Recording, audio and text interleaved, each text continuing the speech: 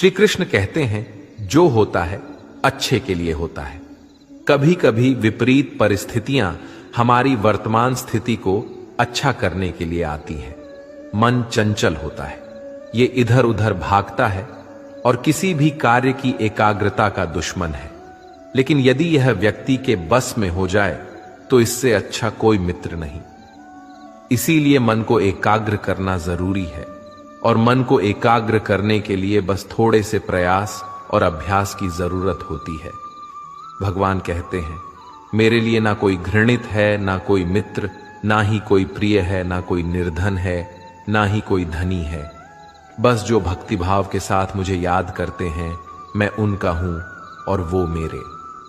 श्री कृष्ण कहते हैं, वो किसी के भाग्य के निर्माता नहीं है। व्यक्ति खुद ही अपना भाग्य लिखता है।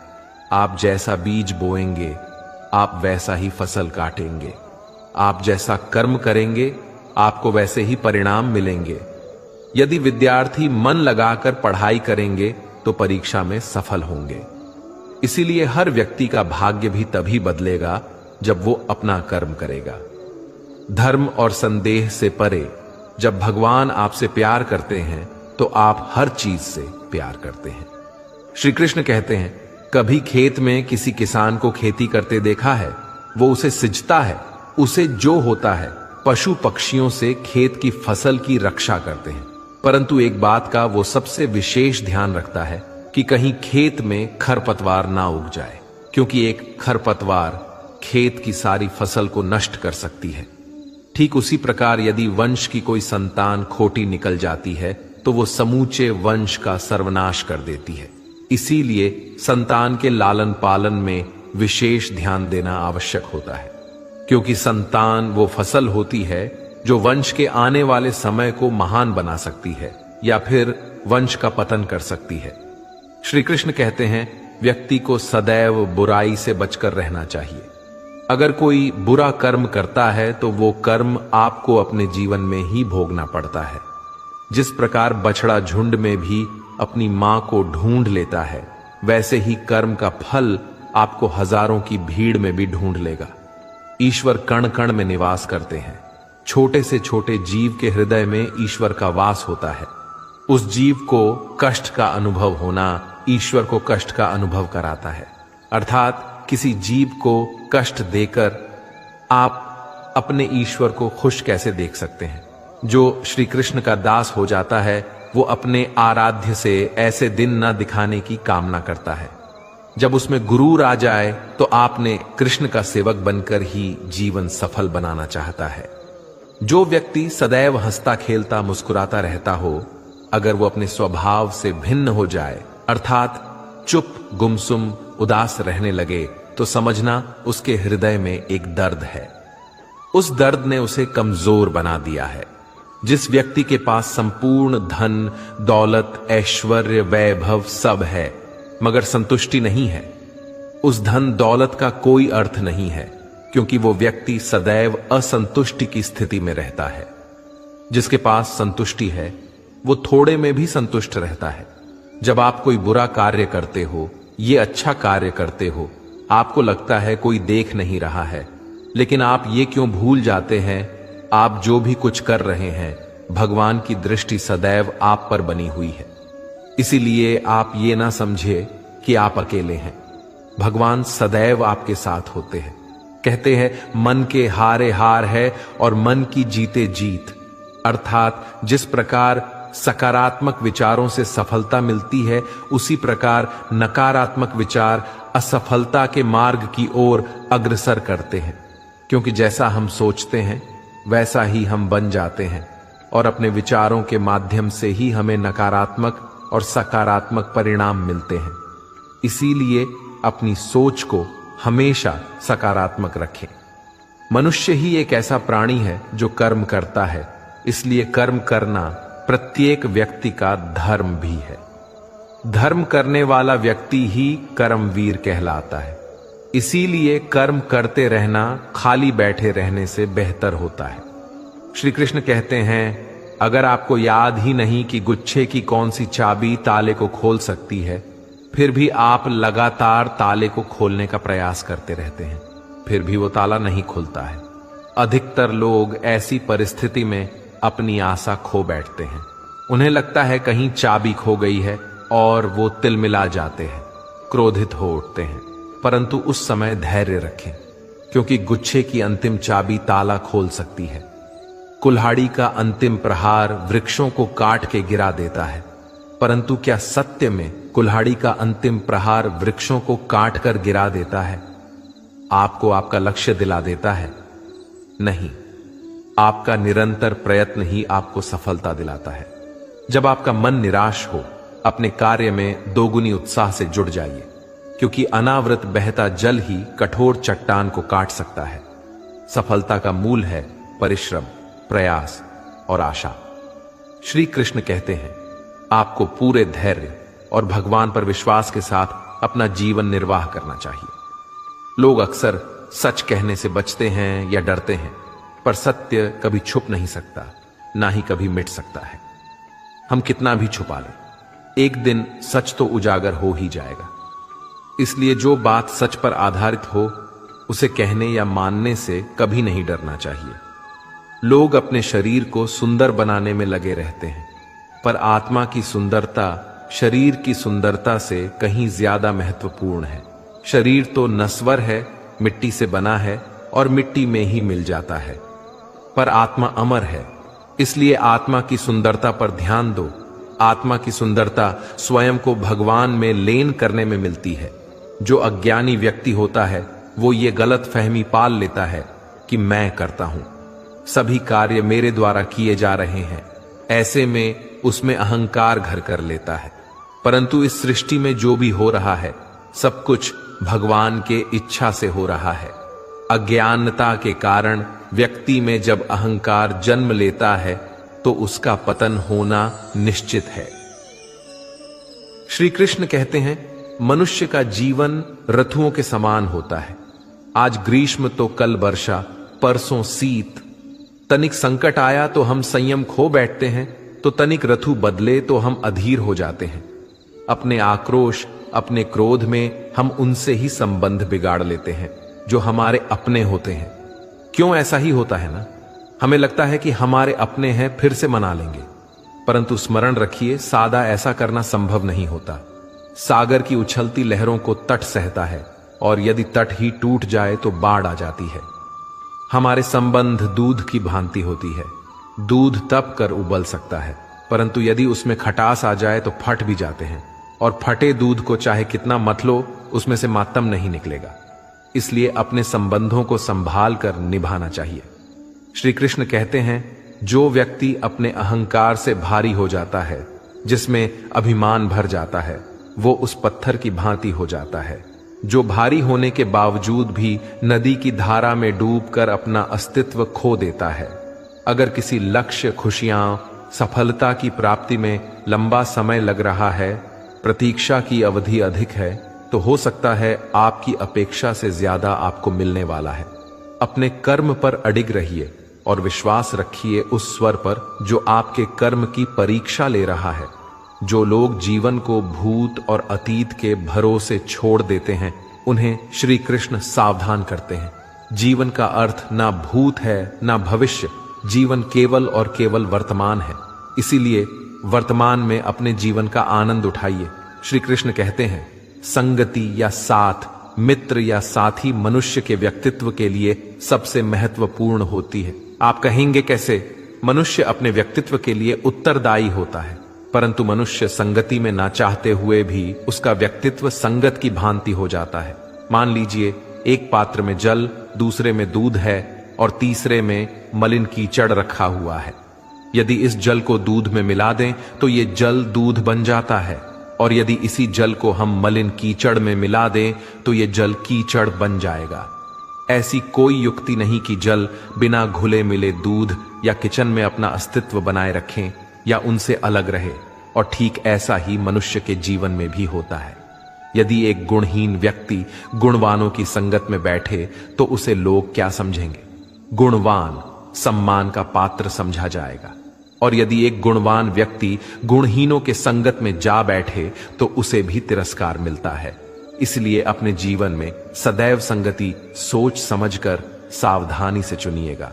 श्री कृष्ण कहते हैं, वो सब कुछ करो जो तुम्हें करना है, लेकिन लालच से नहीं, अहंकार से नहीं, वासना से नहीं, ईर्ष्या से नहीं, बल्कि प्रेम, करुणा और भक्ति के साथ।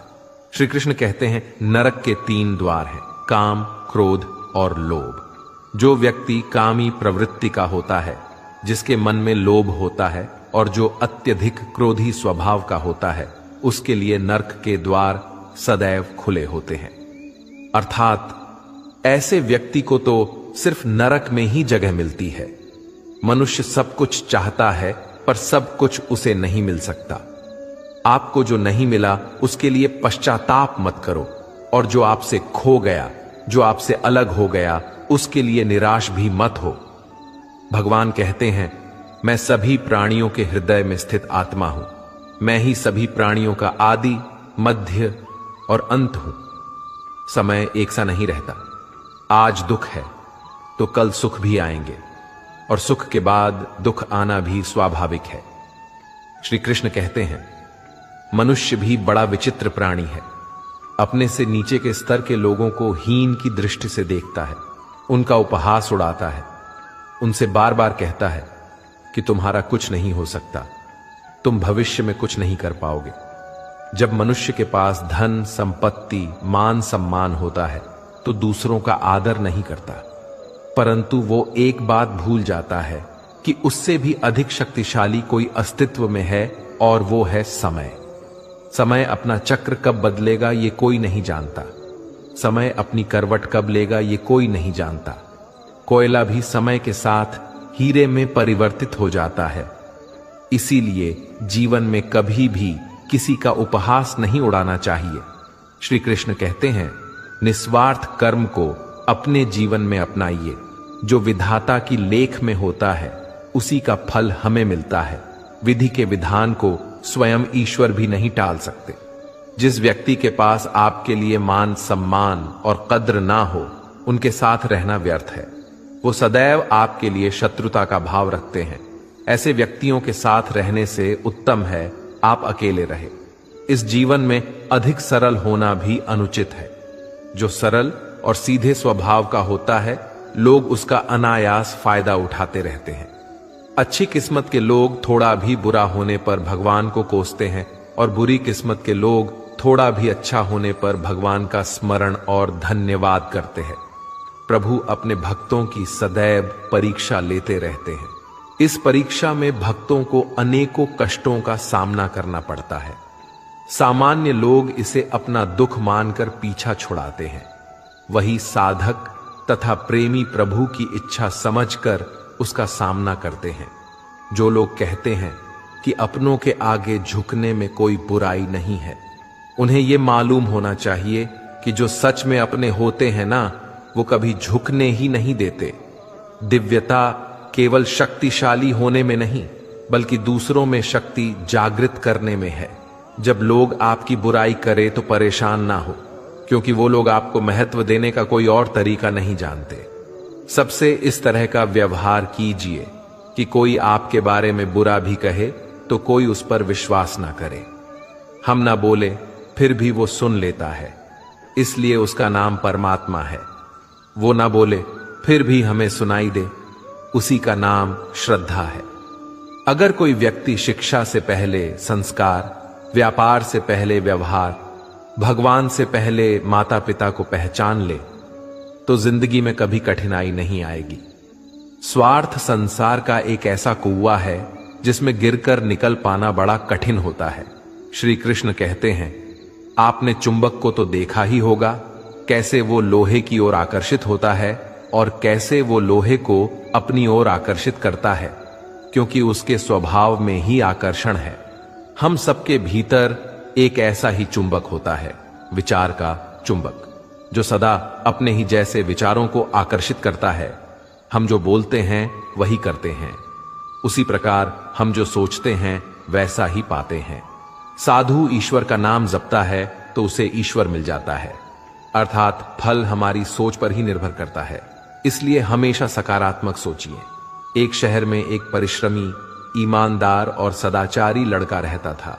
माता पिता, भाई बहन, मित्र, रिश्तेदार उससे बहुत प्यार करते थे। सबकी सहायता को तत्पर रहने के कारण पड़ोसी से लेकर सहकर्मी तक उसका सम्मान करते थे। सब कुछ अच्छा था, किंतु जीवन में वह जिस सफलता प्राप्ति का सपना देखा करता था वह उससे कोसों दूर था। वो दिन रात जी जान लगाकर मेहनत करता, किंतु असफलता ही उसके हाथ लगती। उसका पूरा जीवन ऐसे ही निकल गया और अंत में जीवन चक्र से निकलकर वह काल चक्र में समा गया। क्योंकि उसने जीवन में सुकर्म किए थे, इसलिए उसे स्वर्ग की प्राप्ति हुई। देवदूत उसे लेकर स्वर्ग पहुंचे। स्वर्ग लोक का अलौकिक सौंदर्य देखकर हुआ मंत्र मुग्ध हो गया और देवदूत से बोला, ये कौन सा स्थान है? देवदूत ने बोला, ये स्वर्ग लोक है। तुम्हारे अच्छे कर्म के कारण तुम्हें स्वर्ग में स्थान प्राप्त हुआ है। अब से तुम यहीं रहोगे। ये सुनकर लड़का खुश हो गया। देवदूत ने उसे वह घर दिखाया जहां उसके रहने की व्यवस्था की गई थी। वह एक आलीशान घर था। इतना आलीशान घर कि उसने अपने जीवन में कभी नहीं देखा था। देवदूत उसे घर के भीतर ले गया और एक एक करके सारे कक्ष दिखाने लगा। सभी कक्ष बहुत सुंदर थे। अंत में वह उसे एक ऐसे कक्ष के पास लेकर गया जिसके सामने स्वप्न कक्ष लिखा हुआ था।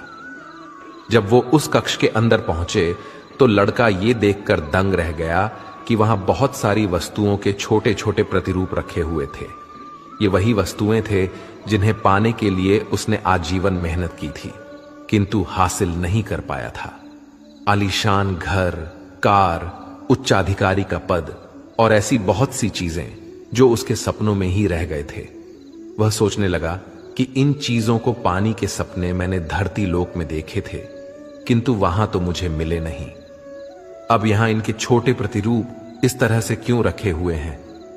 वो अपनी जिज्ञासा पर नियंत्रण नहीं रख पाया और पूछ बैठा, ये सब यहां इस तरह, इसके पीछे का क्या कारण है? देवदूत ने उसे बताया, मनुष्य अपने जीवन में बहुत से सपने देखता है और उनको पूरा हो जाने की कामना करता है, किंतु कुछ ही सपनों के प्रति वह गंभीर होता है और उन्हें पूरा करने का प्रयास करता है। ईश्वर और ब्रह्मांड मनुष्य के हर सपने पूरा करने की तैयारी करते हैं, लेकिन कई बार असफलता प्राप्ति से हताश होकर और कई बार दृढ़ निश्चय की कमी के कारण मनुष्य उस क्षण प्रयास करना छोड़ देता है जब उसके सपने पूरे होने वाले होते हैं। उसके वही अधूरे सपने यहां प्रतिरूप के रूप में रखे हुए हैं। तुम्हारे सपने भी यहां प्रतिरूप के रूप में रखे हैं। तुमने अंत समय तक हार ना मानी होती तो उसे अपने जीवन में प्राप्त कर चुके होते। लड़के को अपने जीवन काल में की गई गलती समझ आ गई, किंतु मृत्यु पश्चात अब कुछ नहीं कर सकता था। इस कहानी से हमें यही सीख मिलती है कि किसी भी कार्य को पूर्ण करने की दिशा में अगर आप आगे बढ़ रहे हैं तो उसे दृढ़ निश्चय के साथ कीजिए। चाहे कितनी भी मुश्किलें क्यों ना आए, चाहे कितनी बार भी असफलता का सामना क्यों ना करना पड़े, अपने सपने को पूरा करने की दिशा में तब तक प्रयास करते रहेंगे जब तक वो पूरे नहीं हो जाते हैं। अन्यथा समय निकल जाने के बाद ये मलाल रह जाएगा कि काश मैंने थोड़ा प्रयास और किया होता। अपने सपनों को अधूरा मत रहने दीजिए। दृढ़ निश्चय और अथक प्रयास से उन्हें हकीकत में तब्दील करके ही दम लीजिए। श्री कृष्ण सदैव आपके साथ हैं। झाड़ू में जब तक बंधन होता है तब तक वह कचरे को साफ करता है। बंधन खुल जाने पर झाड़ू खुद कचरा बन जाता है। इसलिए हमेशा अपनों से बंधे रहिए, क्योंकि अनेकता में ही एकता होती है। श्री कृष्ण कहते हैं, वह सपने सच नहीं होते जो सोते वक्त देखे जाते हैं। सपने वही सच होते हैं जिनके लिए आप सोना ही छोड़ देते हैं। नींद तो बचपन में आती थी, अब तो बस थक कर सो जाते हैं। जो कल था उसे भूल कर तो देखो, जो आज है उसे जी कर तो देखो। आने वाला पल खुद चलकर आएगा, कोशिश करके तो देखो। पछतावा अतीत नहीं बदल सकता और चिंता भविष्य नहीं संभाल सकती।